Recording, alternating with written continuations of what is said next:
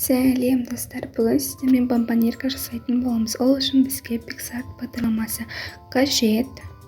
Кіріп плюс батырмасын басамыз. Басқаннан соң өзімізге керек пустышыкты таңдайтын боламыз. Галерея. Ол менің телеграм каналымда бар.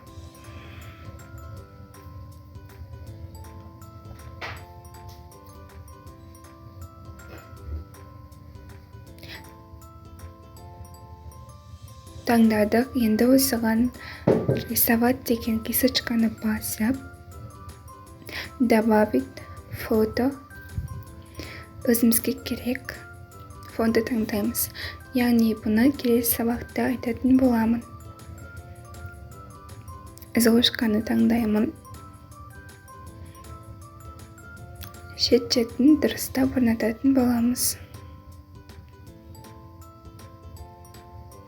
Добавить фото, галерея.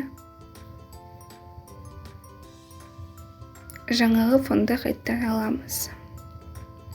Размерін дұрыстап орнатамыз. Енді жоғарыда тұрған 2-4 бұрышты басып, орын ауыстырсақ, дәл осылай шығатын болады. Енді текст жазатын боламыз. Ол үшін аяна бесік той деп аламыз. Ортаға жылжытып қойған кезде дәл осылай шығатын болады. Шрифті басып, май шрифті де дәл осындай шығады. Түсін өзгертеміз. Бізге көк түс қажет болады. Барлық түс бір-бірімен үйлесімді болуы қажет.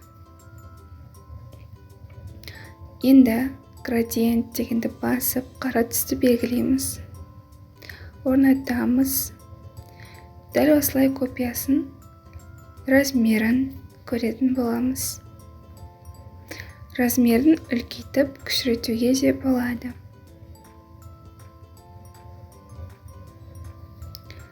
Енді басқа шрифттарды орнатып көреміз. Үйлескені осы болды. Копиясын жасап, сохранить батырмасын басамыз. Бізде дәл осындай әдемі бомбонерка дайын.